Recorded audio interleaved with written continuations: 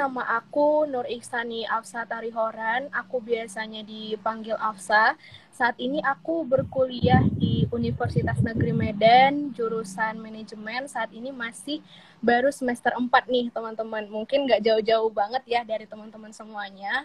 Nah, ngobrol-ngobrol soal manajemen. Jadi, manajemen itu sendiri sebenarnya sebuah program studi yang dimana kita itu nantinya akan mempelajari mengenai bagaimana sih cara mengelola sebuah perusahaan dan juga bagaimana cara mengelola sebuah organisasi.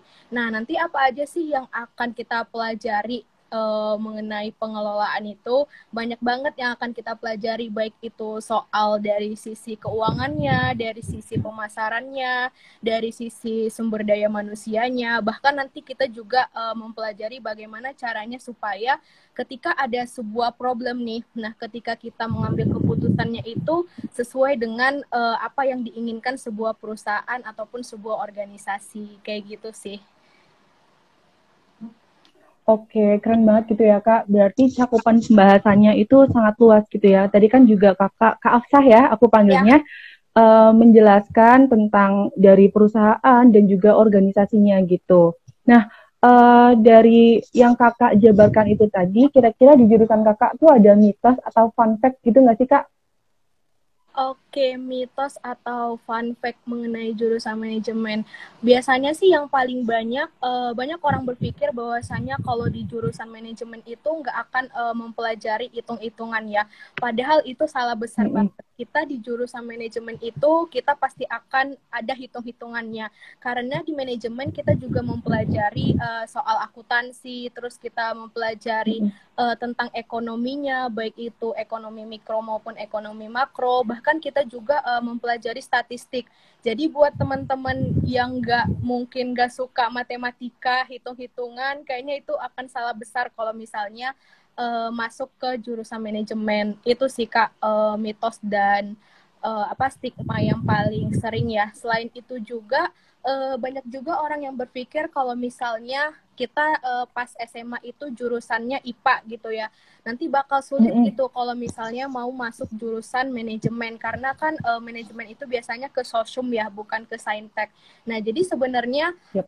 itu salah banget sih, baik itu yang jurusan IPA maupun jurusan IPS sebenarnya sama-sama bisa masuk jurusan manajemen karena di manajemen kita juga mempelajari soal hitung-hitungan kan, dimana di IPA kita sering banget tuh hitung-hitungan di fisika, terus di kimia, di matematikanya kayak Kimia. gitu. Nah, jadi nanti itu di semester 1 teman-teman bakal belajar dari dasar sih. Jadi kalau misalnya teman-teman yang nggak jago akuntansi, yang nggak jago pelajaran-pelajaran IPS kayak ekonominya, sosialnya, itu nanti akan sama-sama dipelajari ketika teman-teman masuk di semester 1 jurusan manajemen. Itu sih Kak paling sering mitos-mitosnya. Nah gitu ya teman-teman, biasanya kan anak SMA gitu udah 12 tahun sekolah lah ya, kayak aduh aku pengen kuliah menghindari yang namanya hitung-hitungan. Siapa sih yang nggak kayak gitu? Kayaknya aku juga dulu deh. Nah, apa namanya? Tadi kan juga kakak menjelaskan gitu ya dari semester 1 itu kita nantinya kalau misal masuk di jurusan manajemen akan mempelajari basic-basicnya gitu ya. Nah, kita flashback dulu kenapa sih kakak ambil jurusan manajemen gitu? Apa alasannya? Oke, kenapa ambil jurusan manajemen? Sebenarnya ini klise banget ya. Kenapa pilih jurusan manajemen itu karena pengen jadi CEO. Jadi dulu itu pas aku masih SMA gitu kan, ngeliat orang-orang yang mendirikan sebuah perusahaan, terus dilabeli dia itu seorang CEO, kayaknya keren banget gitu ya. Kalau di title-nya itu CEO dari perusahaan ini. Nah, jadi itu aku kepikiran kayak aduh kayak gimana ya caranya supaya bisa jadi seorang leader atau seorang CEO. Nah, setelah riset ternyata kalau mau jadi seorang pemimpin itu erat kaitannya dengan jurusan manajemen karena kan di manajemen kita mempelajari semua hal ya yang ada di perusahaan. Makanya tertarik mengambil jurusan manajemen sih dibanding jurusan-jurusan lainnya. Oh gitu, pengen banget jadi CEO. Oke, Ya, keren betul. banget itu sebuah cita-cita yang sangat-sangat tinggi gitu ya Kak. Nah, aku mau ngingetin nih buat mungkin followers-followersnya Kak Afsah gitu ya, Ya. yang udah join gitu di live streaming kita hari ini, yang belum follow Instagramnya Intip Kuliah. Yo, yang pengen lihat berbagai live streaming dari berbagai jurusan di setiap harinya, boleh banget follow Instagramnya @intipkuliah karena di sana bakal update live streaming gitu berbagai jurusan di Indonesia. Nah, tadi juga kan kakak udah ngebahas gitu ya waktu di fun fact gitu, katanya ada yang pelajarin statistika, akuntansi, mungkin juga manajemennya itu sendiri gitu ya kak.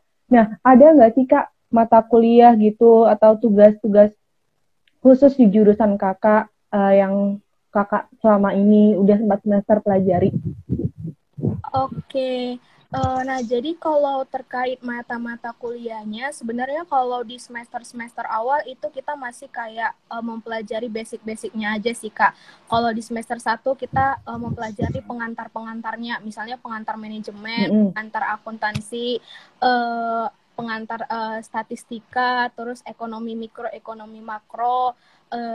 Kita juga belajar tentang pengantar bisnis. Jadi hal-hal yang pengantar-pengantar itu nanti akan dipelajari di semester awal-awal. Nah, kalau misalnya itu udah masuk di semester 3, semester 4, nanti lebih dalam lagi mempelajari mata kuliah yang di awal tadi.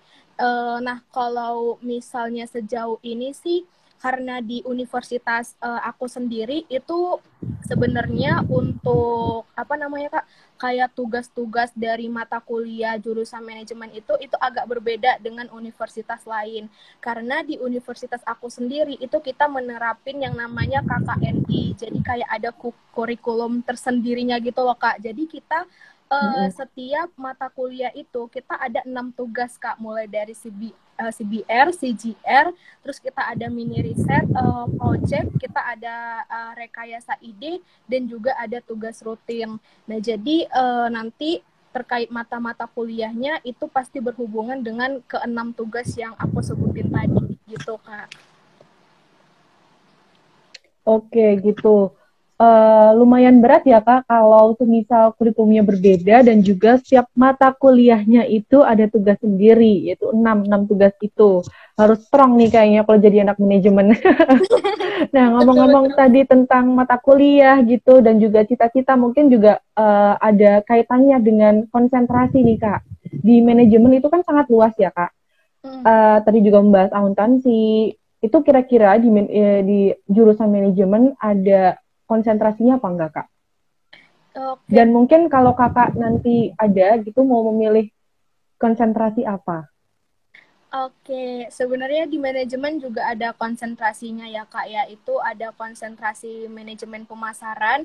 Kalau di manajemen pemasaran itu kita lebih kepada mempelajari hal-hal tentang strategi pemasaran, terus juga menganalisis pasar itu kayak gimana, terus ngeriset gimana caranya supaya misalnya penjualan sebuah perusahaan itu bisa meningkat dan lain-lain sebagainya, itu akan dipelajari di manajemen pemasaran. Nah, selain itu ada juga yang namanya manajemen keuangan. Kalau manajemen keuangan ini itu lebih mempelajari gimana sih cara mengelola keuangan di sebuah perusahaan itu agar baik, ya nggak ada kayak uangnya nilep kemana kayak gitu. Terus juga mempelajari tentang kasnya itu kayak gimana. Itu nanti dipelajari di manajemen keuangan. Nah, selain itu juga ada yang namanya manajemen sumber daya manusia atau bahasa kerennya itu HR gitu ya, human resource. Nah, kalau di manajemen sumber daya manusia ini itu biasanya nanti mempelajari tentang gimana caranya supaya kita itu bisa mengelola karyawan-karyawan yang ada di perusahaan, gimana caranya kita itu nanti membuat pengembangan atau pelatihan di sebuah perusahaan, terus gimana cara kita itu menilai karyawan itu puas nggak sih kerja di perusahaan itu atau enggak. Nah, nanti kita pelajari tuh hal-hal yang berhubungan tentang kepada manusia-manusia kayak gitu. Nah, terus juga di beberapa universitas lain itu ada juga manajemen operasional, ada juga manajemen agribisnis. Nah, di universitas aku juga ada tuh Kak, manajemen agribisnis. Kalau manajemen agribisnis ini itu nanti berhubungan dengan agribisnis lah, kayak pertanian, teknologi-teknologinya. Nah, itu nanti dipelajari tuh kayak gitu. Itu sih Kak kalau terkait konsentrasi-konsentrasinya. Oke, luas banget ya tadi setelah kita dengerin gitu ya. Mungkin juga kalau semisal yang mengambil manajemen agribisnis ataupun manajemen yang sumber daya manusia itu juga mempelajari psikologi dan juga pertaniannya gitu Iya, ya, Kak. benar banget Kak. Nah, untuk Kak Afsa sendiri tuh mau ambil apa Kak rencananya? Atau sudah mengambil nih? Oke, kalau aku sih pengennya manajemen sumber daya manusia ya Kak, karena tertarik aja gitu dengan apa namanya sosial tertarik juga dengan media kayak gitu ya. Jadi memang mulai dari sekarang walaupun memang nanti pengambilan konsentrasinya tuh di semester 6, tapi mulai dari sekarang udah tertarik nih kira-kira di manajemen sumber daya manusia itu kayak gimana. Terus juga mulai dari sekarang kayak udah ikut-ikut magang, ikut-ikut volunteer, gimana sih kalau di HR itu kayak gitu. Jadi pengennya sih nanti manajemen sumber daya manusia. Oke, keren banget. Mungkin juga sejalan ya dengan cita-cita di awal masuk Iya, kuliah betul. itu. Nah, ngomong-ngomong tentang jalur masuk nih Kak, mungkin Kakak nih bisa ceritain dulu waktu awal masuk di manajemen Universitas Negeri Malang itu melalui jalur apa dan jalur apa saja sih yang disediakan gitu Kak, buat teman-teman nih yang mungkin tertarik pengen masuk ke manajemen. Oke. Nah, jadi informasi juga nih. Jadi teman-teman sebenarnya aku tuh lulusan 2018 ya. 2018 Hmm. itu aku sempat kuliah sebenarnya di manajemen Institut Pertanian Bogor. Nah, jadi satu semester itu Wow. aku sempat di IPB. Nah, pas itu aku Hmm. keluar karena ada problem gitu ya. Aku keluar terus di 2019-nya aku masuk di manajemen Universitas Negeri Medan. Nah, kalau untuk jalur masuknya sendiri itu sama aja sih dengan universitas-universitas lain. Ada SNMPTN, itu biasanya kan jalur undangan ya yang dilihat dari nilai rapot teman-teman. Nah, kalau aku kemarin itu kalau yang di IPB itu jalur SNMPTN, jadi yang dilihat itu rapornya. Nah, terus ada juga SBMPTN ya yang biasanya jalur tulis. Jadi teman-teman ikut tes dulu, kalau misalnya skornya sesuai dengan jurusan yang teman-teman pilih, nanti baru dinyatakan lolos. Nah, selain itu nanti ada jalur mandiri. Nah, biasanya mandiri ini tergantung dari universitasnya, kebijakannya mau gimana. Nah, kalau untuk di Universitas Negeri Medan ini sendiri, aku kemarin kebetulan itu jalur mandiri karena aku kelewatan ininya schedule untuk SBMPTN-nya, jadi mau nggak mau ya harus Oh, mandiri kayak gitu. Itu sih teman-teman. oke. Keren banget ya, ternyata sempat berkuliah di jurusan yang sama tetapi di universitas yang berbeda gitu ya Kak. Berarti kan bisa ya gitu ngerasain perbedaan dari kedua jurusan dan juga dua universitas ini gitu ya Kak. Nah, ngomong-ngomong tentang dulu nih Kakak sempat kelewatan gitu ya dari informasi tentang SBMPTN dan akhirnya milih untuk ikut di jalur mandiri. Kira-kira ada nggak sih Kak website atau official Instagram dari Universitas Negeri Malang, Universitas Negeri Medan gitu yang bisa informasi tentang jalur masuknya sendiri. Ada. Jadi kalau teman-teman mau search gitu ya di Instagram, sebenarnya itu ada Instagram dari Universitas Negeri Medan. Nanti lihat aja Unimed official kalau aku nggak salah. Itu nanti ada tuh terkait informasi daftarnya kapan, terus juga terakhir daftarnya kapan, tesnya kapan. Nanti akan diinformasikan di sana. Jadi untuk teman-teman yang nggak mau ketinggalan gitu ya soal pendaftaran dari universitas yang teman-teman inginkan, better teman-teman ikuti aja Instagram officialnya atau mungkin website ya, kalau misalnya ada teman-teman pantengin aja gitu untuk jadwal-jadwalnya supaya nggak ketinggalan gitu kan.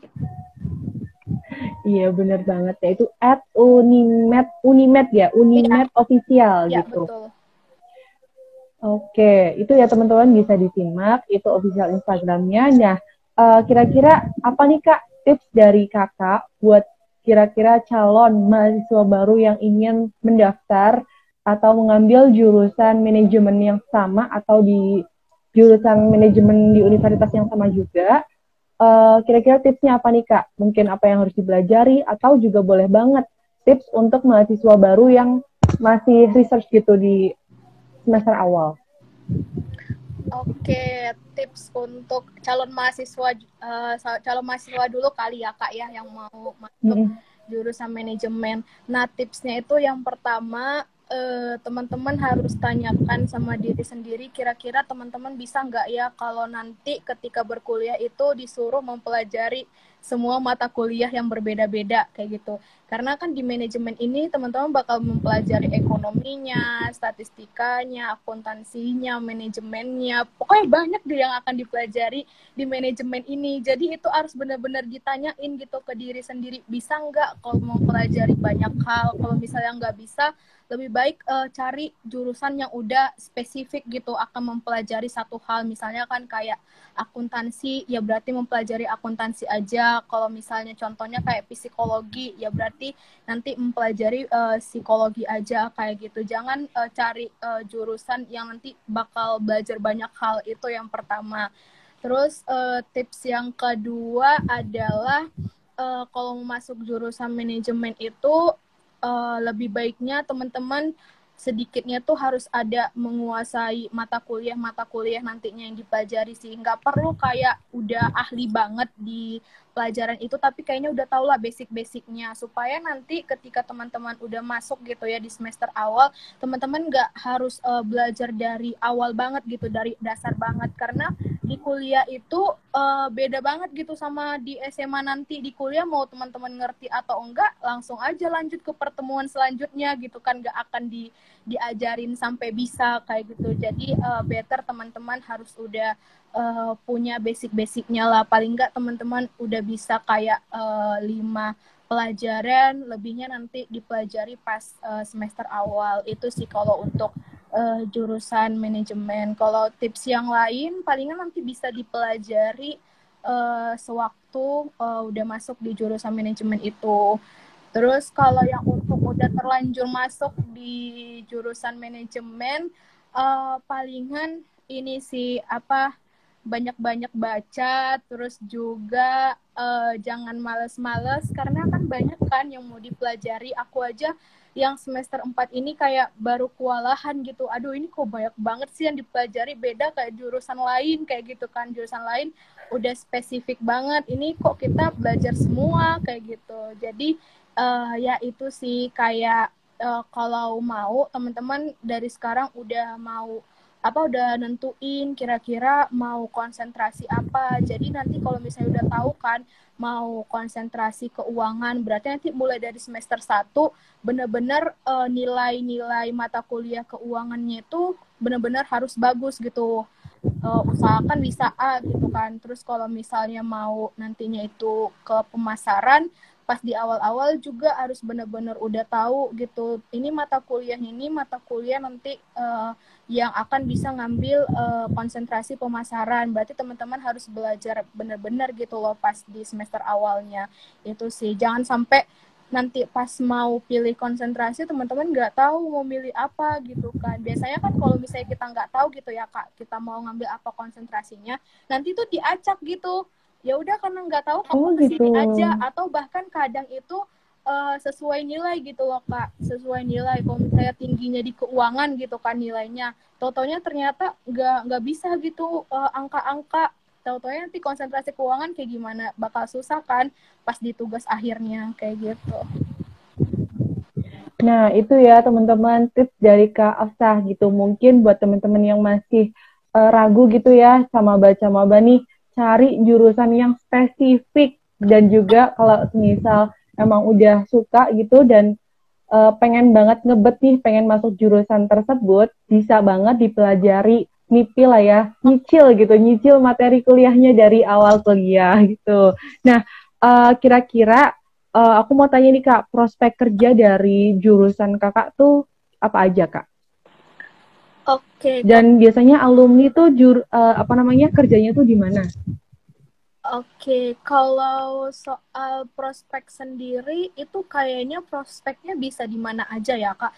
Karena kita kan pas kuliahnya itu mempelajari banyak hal. Kita mempelajari bisnis, nanti kita selesai kuliah bisa jadi pebisnis. Kita belajar Mm-mm. tentang ekonomi, nanti kita selesai kuliahnya itu bisa yang berhubungan dengan ekonomi-ekonomi. Terus kalau misalnya kita ngambil konsentrasinya apa di manajemen sumber daya manusia. Nanti kita pas selesainya itu bisa jadi HR, terus kita bisa kerja di perusahaan-perusahaan. Terus kalau misalnya kita ngambilnya fokus keuangan, nanti kita bisa jadi apa namanya orang yang kerja di bagian keuangan sebuah perusahaan kayak gitu. Sebenarnya lingkupnya banyak banget sih Kak, mau kerja apa. Tinggal lagi ya pas kuliahnya harus bener-bener belajar gitu loh, bener-bener dipahami. Jangan sampai kita udah dikasih banyak pilihan gitu kan ketika berkuliah, tiba-tiba nanti pas udah kelar nggak ada satupun yang nyangkut gitu di otak kita. Jadi kan sayang gitu ya, oh, udah kuliah 4 tahun lama-lama, tapi kita nggak tahu juga maunya kita itu ngapain pas selesai kuliah kayak gitu sih. Terus untuk alumni sendiri, kalau di universitas aku itu lebih banyak kayak buat bisnis sendiri sih Kak, kayak buat bisnis, terus juga kadang buat company kecil-kecilan kayak gitu bareng teman-teman semasa kuliahnya, atau bahkan ada juga yang kerja di beberapa perusahaan kayak gitu sih Kak, lebih banyak. Tapi lebih banyak memang kerja di perusahaan karena kan memang manajemen eratnya ke situ ya kan Kak, apalagi Mm-mm. kalau saya dia yang fokusnya ke keuangan pasti nanti kerjanya itu di perusahaan-perusahaan di bagian keuangan gitu. Oke, itu dia ya, prospek kerja dan juga alumninya tuh sangat luas gitu, sesuai dengan konsentrasinya. Tadi kalau senangkapnya aku ya, Iya, Kak. Nah, eh, terakhir dari aku nih, Kak, kira-kira apakah Kakak masih sejalan dengan waktu di awal mau masuk kuliah gitu, pengen jadi CEO atau mau beralih ke jalan yang lain? Dan kira-kira dari Kak Ausa tuh ada nggak sih rencana atau harapan Kakak nih setelah lulus gitu? masih Kak, kalau Kakak tanya masih sampai sekarang. Bahkan sekarang itu kayak udah start duluan gitu loh Kak.